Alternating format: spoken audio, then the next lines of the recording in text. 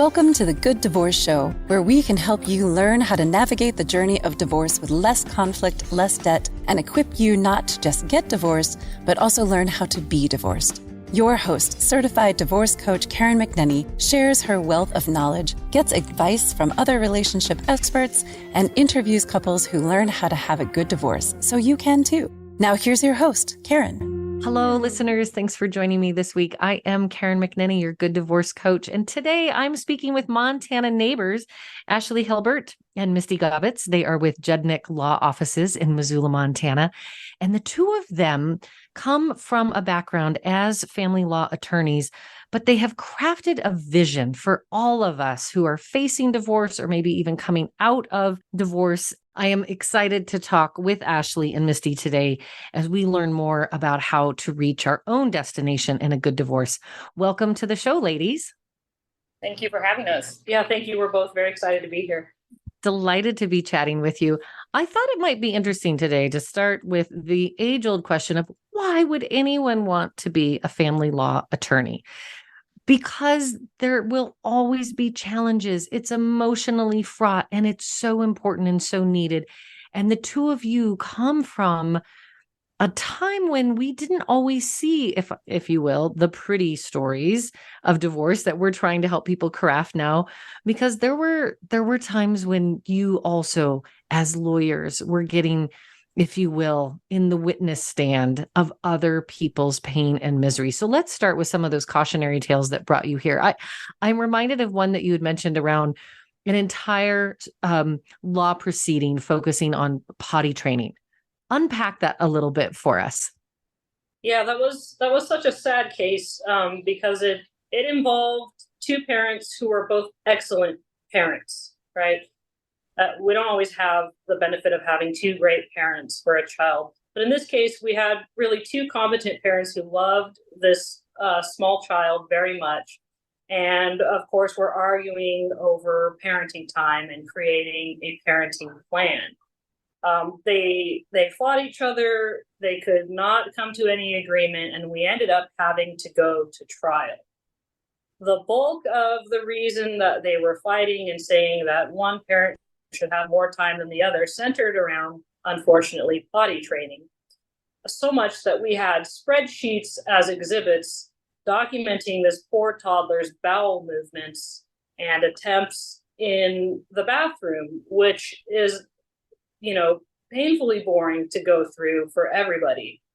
In fact, in that trial, the judge himself turned his back on the opposing party when she was testifying and just started looking out the window.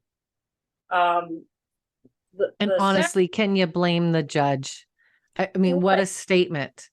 And to remember that when we get into litigation, these are the things that can just do damage. They just do ongoing damage to this relationship that you need. It goes from potty training to graduation to grandkids. It's not a good start.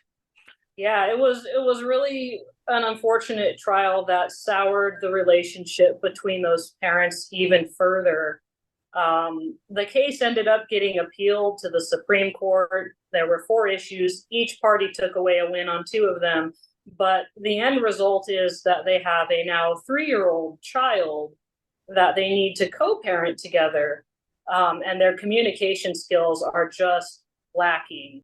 And they see every interaction as an opportunity, unfortunately, to one up the other one or to point out, something that they believe the other one is doing poorly, instead of working together in a cooperative fashion to say, hey, we have this beautiful 3-year-old child, and what can we do to help her thrive? Oh, and I think you bring up the point, Misty, of that forward thinking of how are we going to stay in partnership through our parenting experience with this child?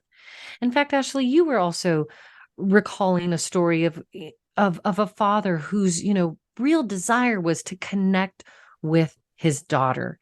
And through the divorce process, losing sight of that ended up adding some real deep, long-lasting damage. Yeah, and actually, listening to Misty speak about that case, this case kind of brings that all around full circle. This couple went through a pretty nasty divorce, and They struggled throughout their childhood, fighting. This culminating with kiddo not wanting to be with dad anymore. And that communication was cut off, and then it became another legal battle in order to try to reestablish that communication. But dad was so angry at mom and so just caught up in being wronged that he ended up wasting another 2 years before he ultimately won his case.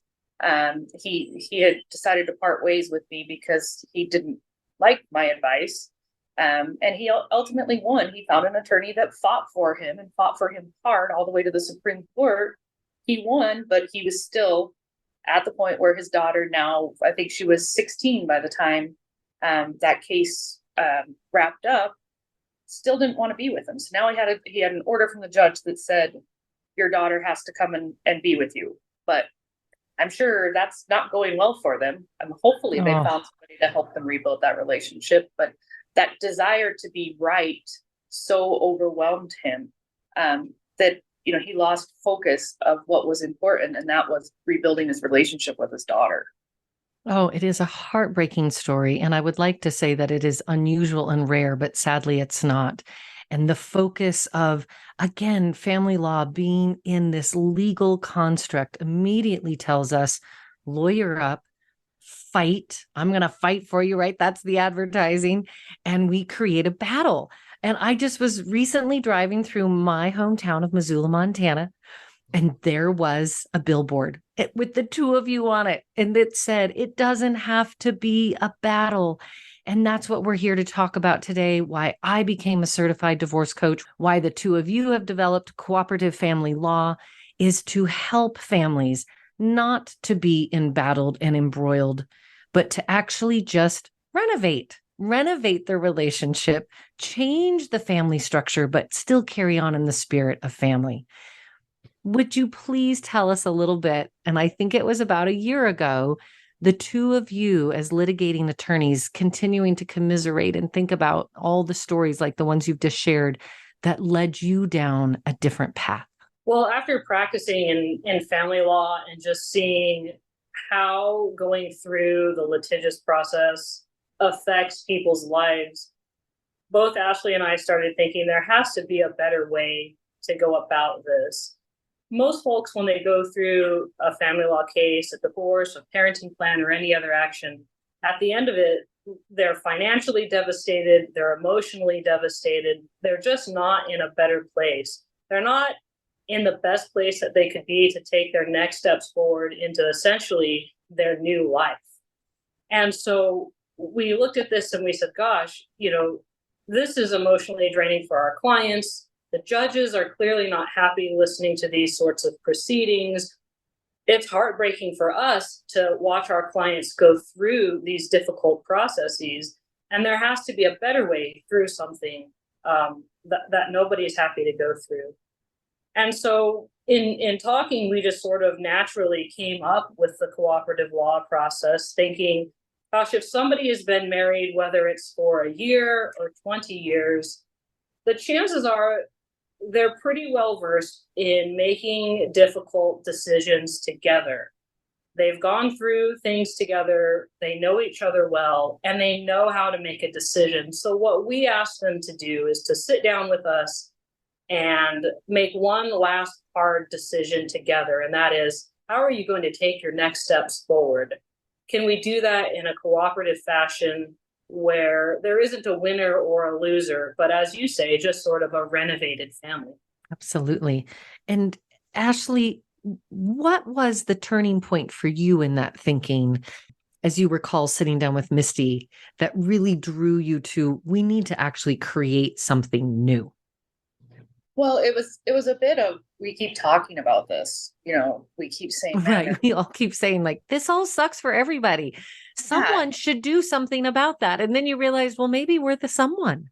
Exactly. And to add to Misty's point, it's tough business. It's tough business to sit down with a client and, advocate for them for a year or 2 years. And then at the end of that, they're not happy. right? They Right. don't think that they got a fair shake. Sometimes they do, but they really don't feel like that they were made whole the way that they should be. And even if they get as much money as they think they wanted, or, you know, this piece of property, or whatever whatever it is, Christmas, in odd years, they've lost so much in that process, and they're not happy. So that isn't great as an attorney. You know, we want to have our clients happy with the result we've got them. And unfortunately, the way, you know, the adversarial system works, that just doesn't happen. So I think at one point I just said, we're going to do this. And Misty was like, okay, I've been saying this for a while now. Let's give it a whirl. Yeah. And we just started working through the process of how it was going to look. And it didn't take too long for us to get it up and running. And it's just been awesome. It sounds like it's been really positive, and people have had a positive reaction and experience moving through the cooperative family law journey with the two of you. They really have. And it, in turn, you know, we finished signing papers and there's smiles on all four faces, right? Yes. And I know that we've come back in after doing one and just been almost exhilarated, because it's such a different feeling than when you sit in a settlement conference for 8 or 9 hours and you get the end result, which is a divorce, but you're drained and they're an emotional wreck. And then they have to start, okay, we've got this piece of paper. Now we've got to move forward and actually make this work for our lives. That's right. So seeing those smiles and knowing that these people did have a good divorce, it's just awesome. What leads to those smiles that Ashley's talking about is that our process gives both partners agency in choosing what their life is going to look like. They both have a say in it. We can get very creative. We've listened to your show, and we really love how you talk about divorce as a renovation. And when Ashley and I were listening to some of your shows, we said, gosh, you know, going through the adversarial process is like remodeling your house, but not having any say in it. So that when you come home, you say, is this my house? This doesn't feel like home to me. Somebody else designed this. Through our cooperative process, both spouses have a hand in designing their new homes, their new lives. And I think that agency is really what creates those smiles. Instead of months or years of fearing the unknown, sleepless nights, what is the judge going to say? What crazy letter can I expect from my ex's attorney next? It's, oh, okay, well, what do I think about this and what can I say? And that's really an empowering process for people to go through. And we've loved just seeing that transformation. Really appreciate these words: empowerment, agency, self-design. I think there is a myth out there, and any of us, myself included, who get married, we're not thinking about divorce at all. That is not the pursuit or the destination. And then you bump up against that threshold. And I know so many of my clients and folks that probably you support are like, we don't know how to do this. And the only thing we know and see is what's on TV and in the media. And most of that is just trash. So this idea, this mythology that someone's going to tell you what your divorce settlement should be is actually wrong. The two people in the marriage get to decide. But when we hand over our future to the law or to lawyers who do not come at this from a cooperative or collaborative lens, then we begin to see the disconnect and the destruction and the despair. And the reality is, listeners, you do have a huge say. And if you and your partner can sit down together and have a conversation about what you want your future to look like, chances are you are going to, just by that very moment, going to change what your future is. Now, Ashley and Misty, you're like me in that not every client is our client. Not everybody wants to have a cooperative journey. Do you have a lens? There might be somebody listening right now like, oh, I wouldn't be able to get my spouse to be a part of this. Or what does it mean if are we a good candidate for the cooperative family divorce approach? So what are some criteria of what you notice when couples or individuals reach out to you?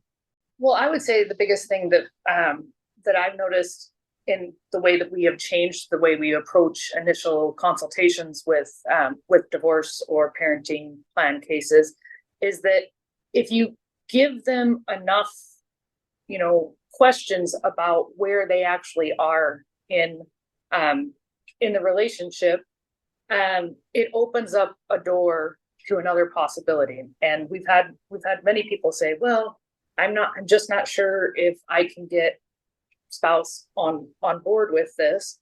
They have a conversation and they realize that the other person doesn't really want to fight either. So just opening up the door to the possibility has been huge, for people to see that it doesn't have to be a traditional battle. That's right. We've tried approaching all of our cases and saying this is a potential for a cooperative family law session.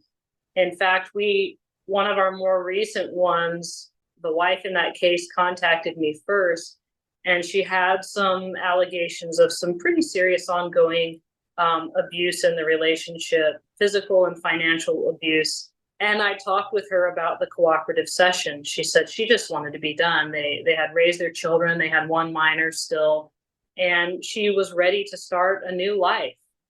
And when I described the cooperative process to her, she loved it. She loved the idea. And we spoke with her husband as well, and we got him on board. What Ashley and I did, and the challenge for us in that session, was to make sure that there wasn't any issues with power dynamics in that situation, because we have both of them sitting down at the table together.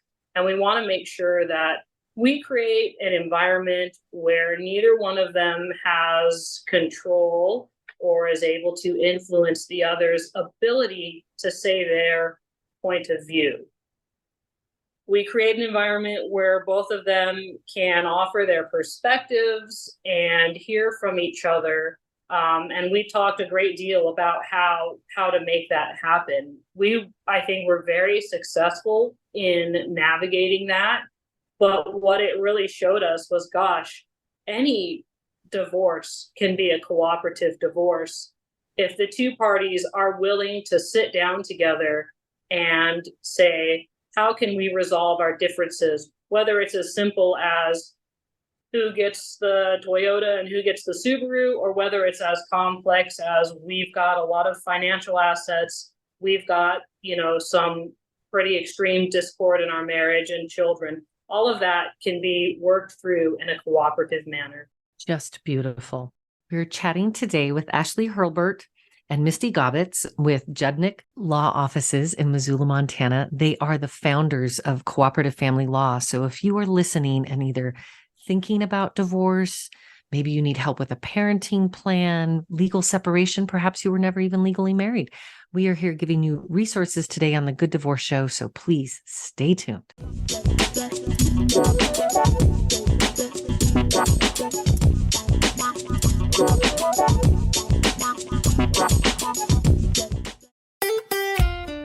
Follow Voice America at facebook.com/Voice America for juicy updates from your favorite radio shows and podcasts.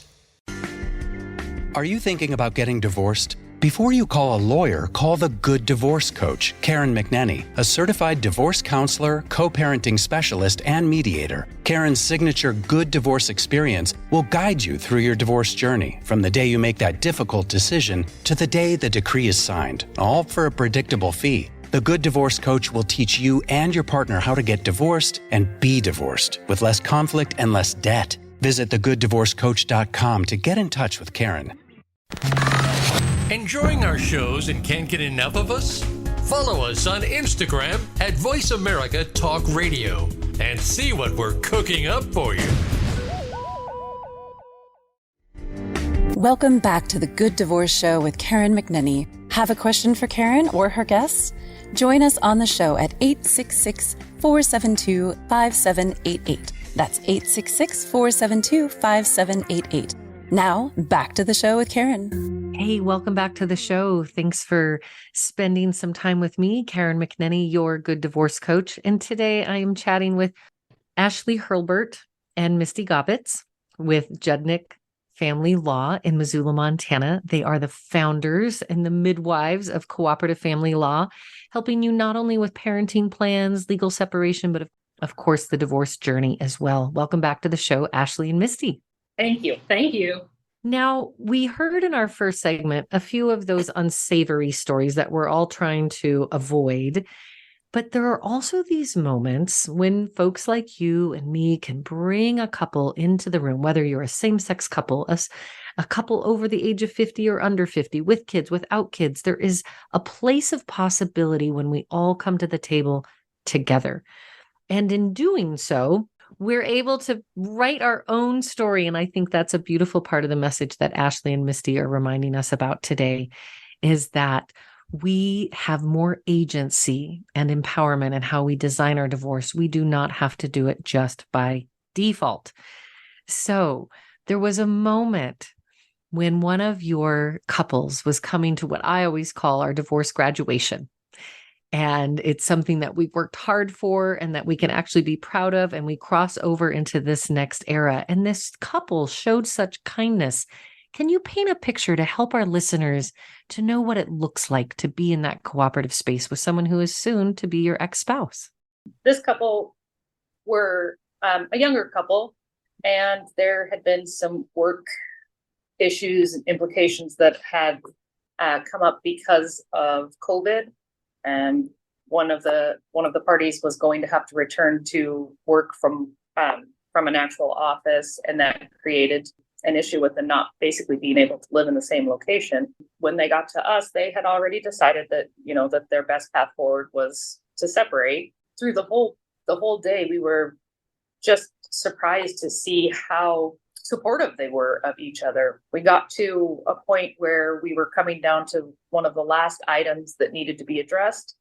And the wife got a little bit choked up, and her husband reached over and grabbed her hand and squeezed it. And you could see that was supportive, and that helped. And she was able to wipe her eyes and move forward. And I know that they left in a great situation for both of them moving forward. And they had a great resolution to their dissolution.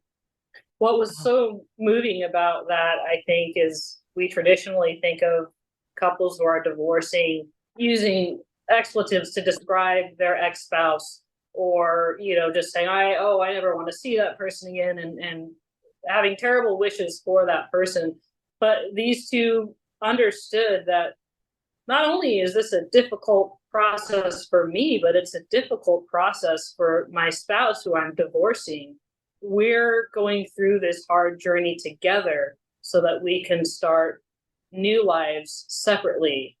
We can support each other through that difficult process, and we can wish each other the best going forward separately.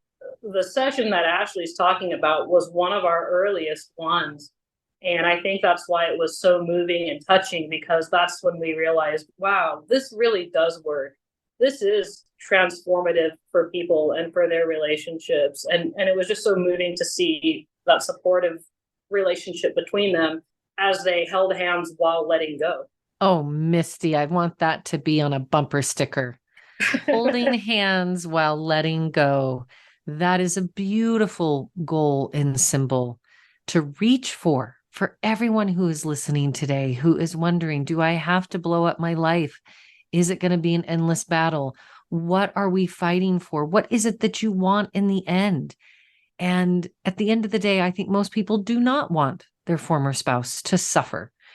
The anger and the hurt sometimes manifests itself, and we don't know where to put our own anger and hurt. So it comes out in that divorce process, but it does not have to be that way. And again, not everyone is up for a cooperative divorce. Like, we are spouting this. I think there is a huge movement throughout all of the United States, and maybe even globally, that we are trying to change the narrative of divorce. But there are some people who still operate from a scarcity model and cannot get to the other side of that. Ashley, you had a client come in that you were doing what we would call an intake, an insight interview to see whether or not they were going to be a good fit for a cooperative family divorce experience. What did you discover in that conversation? It seemed like initially it was probably going to be a pretty good fit. The couple didn't have a whole lot of assets, and it seemed clear that both of them just wanted to move on, to move forward. And I was explaining the process and how we needed to get some financial information. And this particular individual let it slip to me that he had been basically hiding business assets in a brother's name, so she wouldn't have a right to them.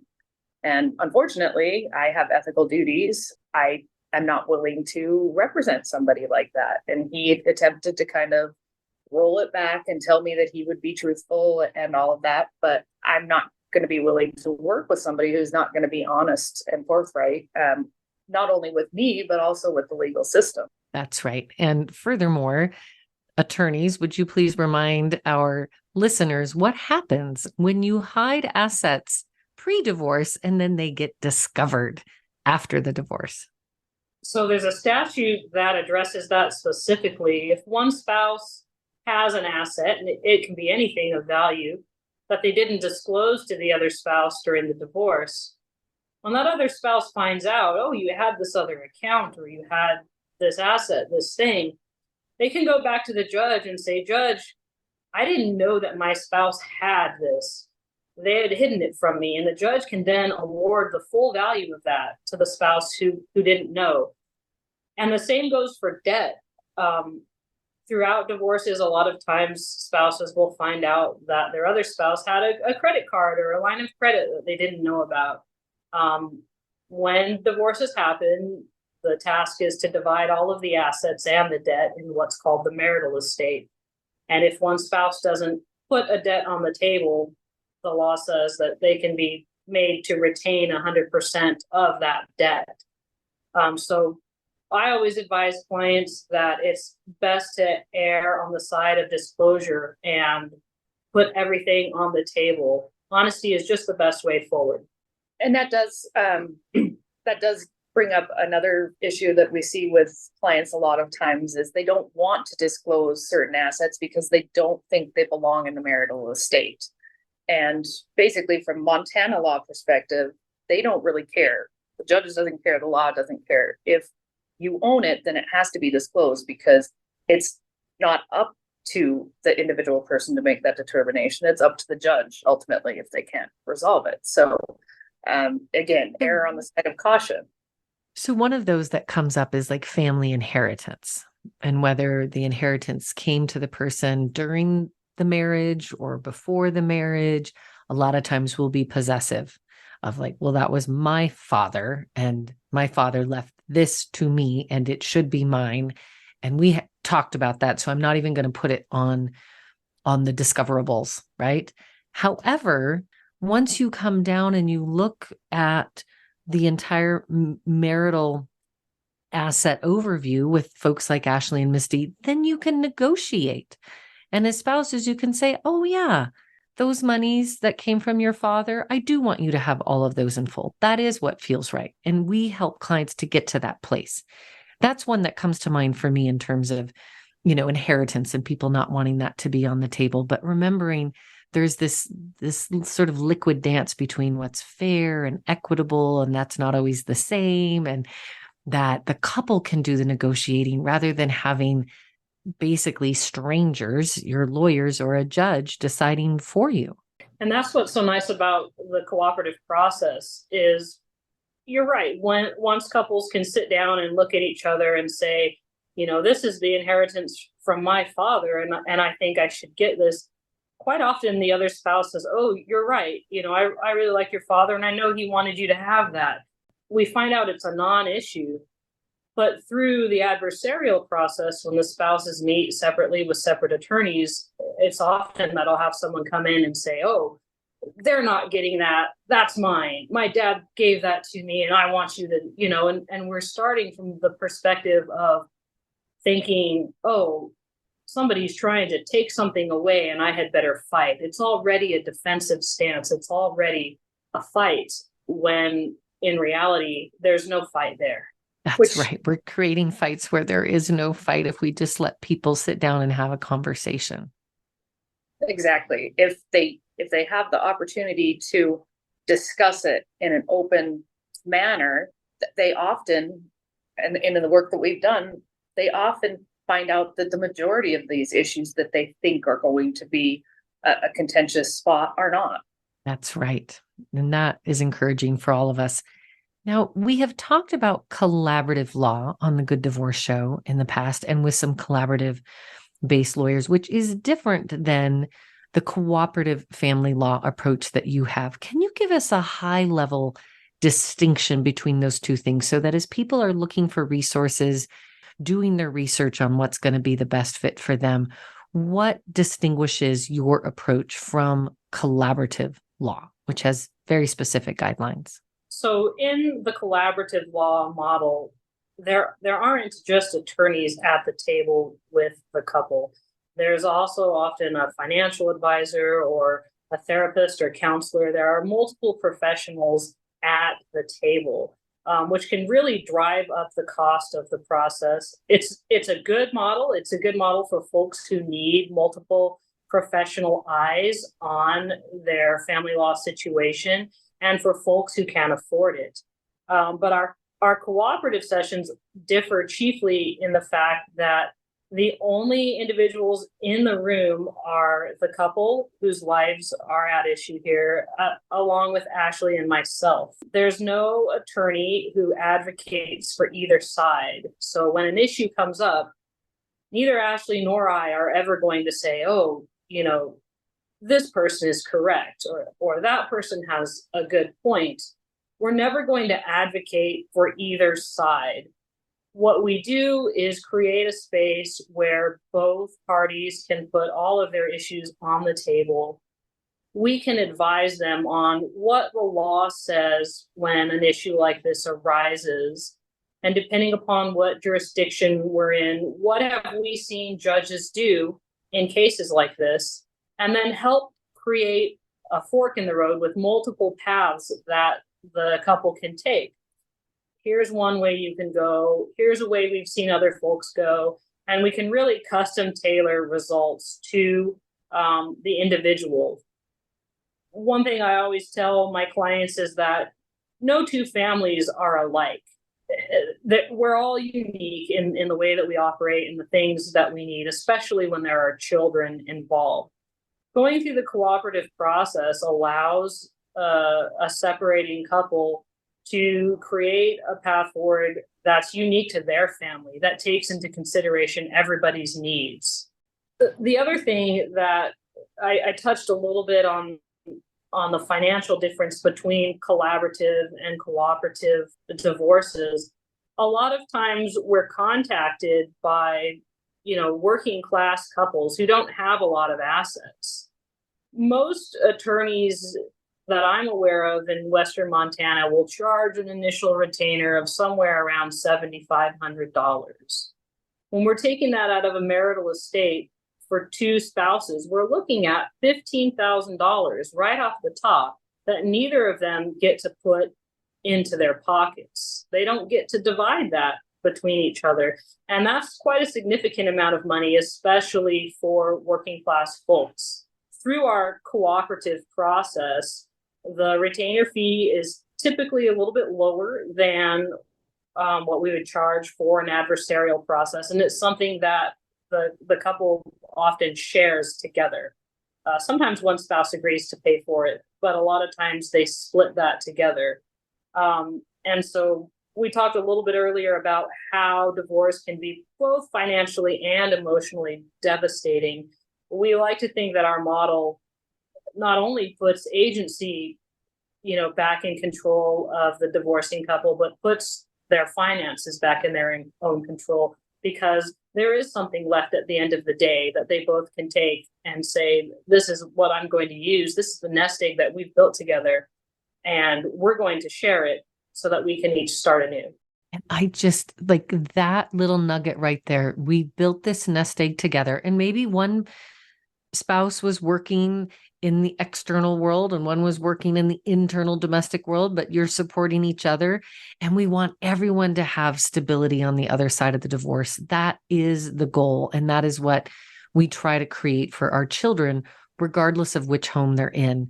And hopefully they're spending time with both of their parents on a regular basis in a healthy fashion. Now, Ashley, you all have also dubbed this idea of divorce in a day, which sounds delightful as a divorce coach, because I think the longer people sit in the stink, the stinkier it gets. So let's move them through swiftly. And it isn't precisely a day, but working through the legal components, the mediation components, it's kind of a one-stop shop. Can you walk us through, if I were to call you today and say, my spouse and I are looking for an amicable divorce, what would we expect from the cooperative family law team? And you're right, it isn't a divorce in a day. The actual session can be up to a full 8 or 9 hour day, depending on amount of assets, difficulty in getting through issues. However, the process leading up to that requires some work. So a typical case would start with an intake phone call that would be forwarded to either Misty or myself. We do kind of just a quick nuts and bolts of what the program is. If they think they're interested and their spouse would maybe be interested, then we try to schedule a joint phone call with both couples. If from there they think it's a good idea, then we're going to get them calendared for their day. We're going to get the documents signed that we need to, and then we're going to give them a little bit of homework for stuff that they need to get to us, which basically just tells us what is the stuff? What are we dealing with here? What are your assets? What are your debts, kids, any special circumstances, those sorts of things. So we can start pre-drafting documents kind of in a, blank slate way. And then once we get into the session, then we start figuring out what those individual things are going to look like and how that's going to be, like you said, renovated, where we're going to fill these puzzle pieces in. The plan is, and so far has worked very well, that by the end of the day, whether it's 3 hours or 6 hours or 8 hours, we have all the documents drafted and we have it all done, and we get it to the judge for his review, which usually takes anywhere from 3 days to, I think the longest one we've seen is about a week, 2 weeks to 10 days. And then that's the end of it. That's the deal. You're divorced and you're moving forward on your new life. And reminding our listeners that this is a beautiful approach to get all those legal documents in order and finalize that divorce. Both Ashley, Misty, and myself have, this other recognition that those of you moving through divorce, that there's also just the how now do we behave divorce? What is our new relationship? What's communication and transitioning and scheduling and the future of our children were in preschool and now they're driving, or now they're going to college, and how do we continue that communication? So we know that we don't want to oversimplify the process or the emotional weight of it, but recognize that it does not have to dredge on for months and years and get embroiled in the court system. Get on with living your good divorce renovation rather than sitting in the darkness of the getting divorced process. I think it's just brilliant. I would just like to touch on that a little bit more, just in that it also gives us an opportunity to explain to them the things that they're not seeing, the issues or problems, roadblocks that may come up in the future, and help them recognize that now and understand and put in place, with parenting plans, especially, a way to navigate that. And it really does get them set on the right foot to move forward with their problem solving. That's great. And when we come back from our break, we're going to hear some of those tactical support mechanisms to help you get on with your life on the right foot. Chatting today with Ashley Hurlbert, and Misty Gobbets from Judnick Law here in Missoula, Montana, representing the cooperative family law process. Doesn't a divorce in a day sound good to you? Stay tuned to hear more.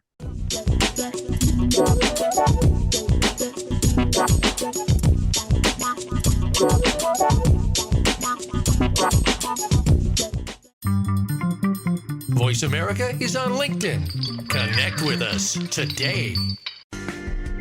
Are you thinking about getting divorced? Before you call a lawyer, call the Good Divorce Coach, Karen McNenny, a certified divorce counselor, co-parenting specialist, and mediator. Karen's signature Good Divorce experience will guide you through your divorce journey, from the day you make that difficult decision to the day the decree is signed, all for a predictable fee. The Good Divorce Coach will teach you and your partner how to get divorced and be divorced with less conflict and less debt. Visit thegooddivorcecoach.com to get in touch with Karen. Want to see what Voice America is up to behind the scenes? Follow us on TikTok at Voice America Talk Radio. Welcome back to the Good Divorce Show with Karen McNenny. Have a question for Karen or her guests? Join us on the show at 866-472-5788. That's 866-472-5788. Now, back to the show with Karen. Hello and welcome back. Thanks for staying tuned, listeners. We are chatting today with Ashley Hurlbert and Misty Gobbets from Judnick Family Law here in Missoula, Montana. But these two pioneering lawyers have decided they've had enough with litigation and always getting people on opposite sides of the tables and fighting. They want to bring you to the same side of the table into a cooperative divorce experience. And even if you are already divorced, or maybe you've had a child with someone you weren't married to and you need to look for legal separation support or parenting plans, or you're retooling your parenting plan, Ashley and Misty might be the source for you. Welcome back to the show, ladies. Thank you so much. Yes, thanks for having us. Delighted to be chatting with you, my little divorce sisters. We are on the same pioneering path. Let's do it differently, folks. Now, there is one thing that almost every divorcing couple can agree about. What is it, Ashley? That you both love your kids. Yeah, it seems so simple, but it is so important. And when we can have a child-centric conversation, and we call it a parenting plan, but it actually isn't about the parents. It's about the kids, right? A child-centered plan for how their life is going to move across two homes. And when we can agree and remember that our children came to this world through love, when we can put our focus there, then we speak differently to our spouse. We think about the division of assets differently. We think about how we show up at the Christmas concert differently. What are your recommendations, ladies, in trying to preserve the post-divorce relationship with our co-parent? Well, I think a great tool, key to remember is that you don't want to start off from a point of anger. And if your co-parent says something that immediately makes you angry, then you need to take a second and refocus yourself, so that you can respond to that in a way that diffuses the situation, or once again, puts the kids first, because ultimately that's what's important. It's not about you winning or your spouse or your ex-spouse winning. It's about making sure that you guys can work in a way that benefits your children the most. Not the kids win. And Ashley, I like how you say you might need to take a few seconds and back. I'm telling you, sometimes it takes a couple days, because no one will push your buttons, those little hot spots, more than your former spouse. And we get this magical thinking, listeners. And I know you're out there like, but they did this thing and they never, and they always, and I always ask my clients, well, now, is that a familiar behavior? Have you ever seen your former spouse do that before? They're like, oh yeah, all the time, our entire marriage. I'm like, well, okay, it's the same person. And that's the gentle reminder of why you brought your marriage to an end, because they are the same person and you're going to hit the same buttons. So the work becomes, how can I move my buttons? How can I not get ignited? And you're going to feel it. And it's going to come up, and our instinct is going to want to right away retaliate. And Misty, you have a visual reminder of this. And I think even over the radio, we can compel people to understand that if you're putting up a fight, chances are you're going to get a fight? Sure. So here in Missoula, our district court judges, whenever a couple is divorcing with children or creating a parenting plan, they require the couple to go through a parenting course. Now, because of COVID, that's online, but it used to be a session that was done in person. I did attend that session, and I can remember clearly the standing master choosing a man out of the class, and the class was held at the courthouse. And she had him stand up, and she said, well, come here and stand in front of me, and I don't want you to move. And she put up her hands, and she pushed against him. She didn't shove him very hard, but she pushed against both of his shoulders with her hands. And he, of course, immediately stiffened up so that he wouldn't stumble or fall backwards. And she said, well, what did you do? You kind of pushed back against me, didn't you? And that's not what you came up here to do, is it? You came up here to help demonstrate something with the class because I asked you to do that. And so that's something that I remember, and that's something that I talk with my clients about. It's that when you're communicating with your ex-spouse or your co-parent, remember your goal in communicating with them. Is your goal to make them angry and have them push back against you? Is your goal to inflame, an already difficult relationship?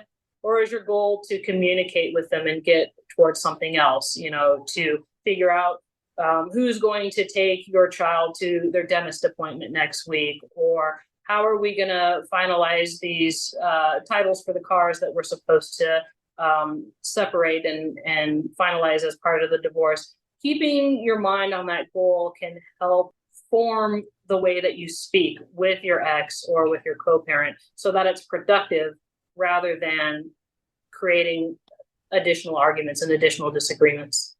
That's right. Do no harm. Do no more harm. Most of us arriving at the threshold of divorce is because there already has been harm done. There might be betrayals and long pains and things that we just hold on to that no longer serve you. We have to let those go. And you may have an angry email inside of you. I had a client, she had a whole file just called angry letters. And that was part of my assignment to her. Like, I want you every night this week to write an angry letter to your former spouse and all the things that they did wrong and why you are so upset and why you're so hurt, because it needs to get out. And then let me read it.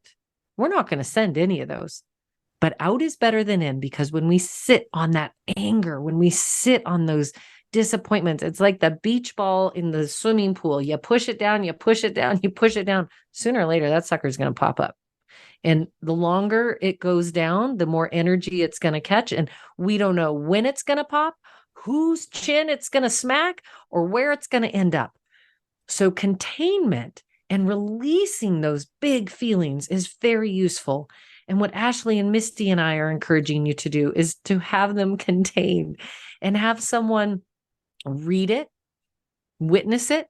You might even have someone like those of us chatting today, divorce professionals who okay, there's information in here your spouse needs, but they don't need all the name calling and they don't need all the past history. It's just these 3 bullets. And we're going to transform this relationship into not an adversarial ex-spouse, but to a business partner. And the business is raising our children together. So even if I work with someone that really drives me nuts and that I don't really like, and I might not even respect them, there is a way that I choose to communicate with them professionally. And that's where we're headed with your former spouse.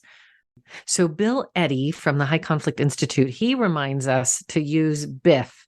It's brief and it's informative and it's factual and it's friendly. That's all your communication needs to be. And most of the time, if you're looking for a teachable moment with your former spouse, you're not going to find it because you're probably not the right teacher. So wonderful advice from Ashley and Misty in terms of that post-divorce communication to try and simmer down and don't start another fight. That pushing, we're not bad people, but if I feel attacked, I'm going to counterattack. That is just the limbic system in our brain saying, wait a minute, just like you described that judge and one of the participants at the parenting class, I'm going to resist if you are pushing against me. So the idea is to yield and have powerful and intentional conversations that are not destructive. Absolutely. Remind us where we can find both of you and that indeed we have an international audience listening. But for those of you in Montana, Ashley and Misty are available too. Tell us where and how to find Divorce in a Day and the Cooperative Family Law Program. Yeah, so it's pretty easy to reach us. The easiest way to reach us is just to pick up the phone and give us a call. And our phone number is 406-721-3354. But if you're not sure that you want to talk with us and you just want to get a little bit more information about who we are or how our cooperative family law program works, you can also just go to our website, which is judnichlaw.com. That's JUDNICHLAW.com. We've got a lot of information on there. We've got a little video, and we've got a way that you can reach out to us directly from our website and get in touch with us. Our firm has an on-call phone, and we have an attorney who's assigned to that every month.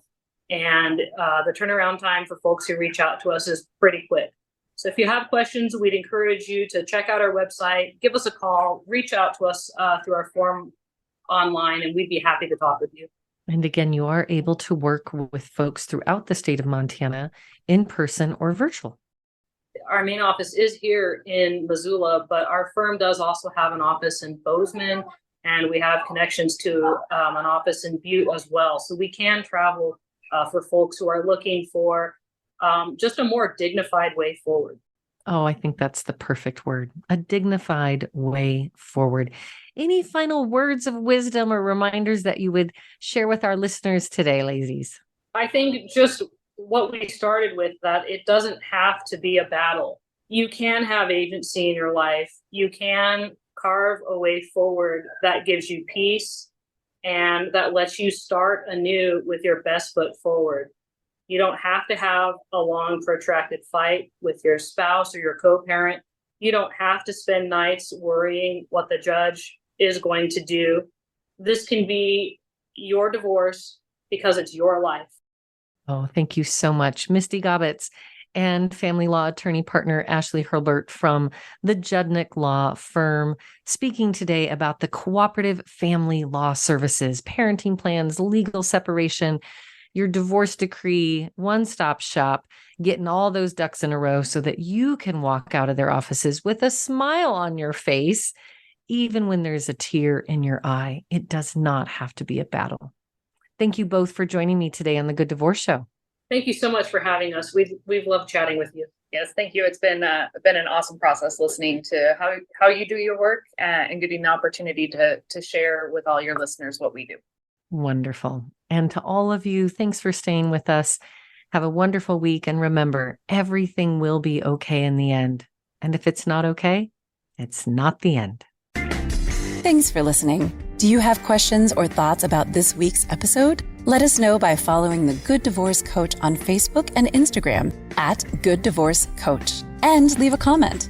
And be sure to tune in every Monday at 10 a.m. Pacific or listen anytime wherever you get your podcasts.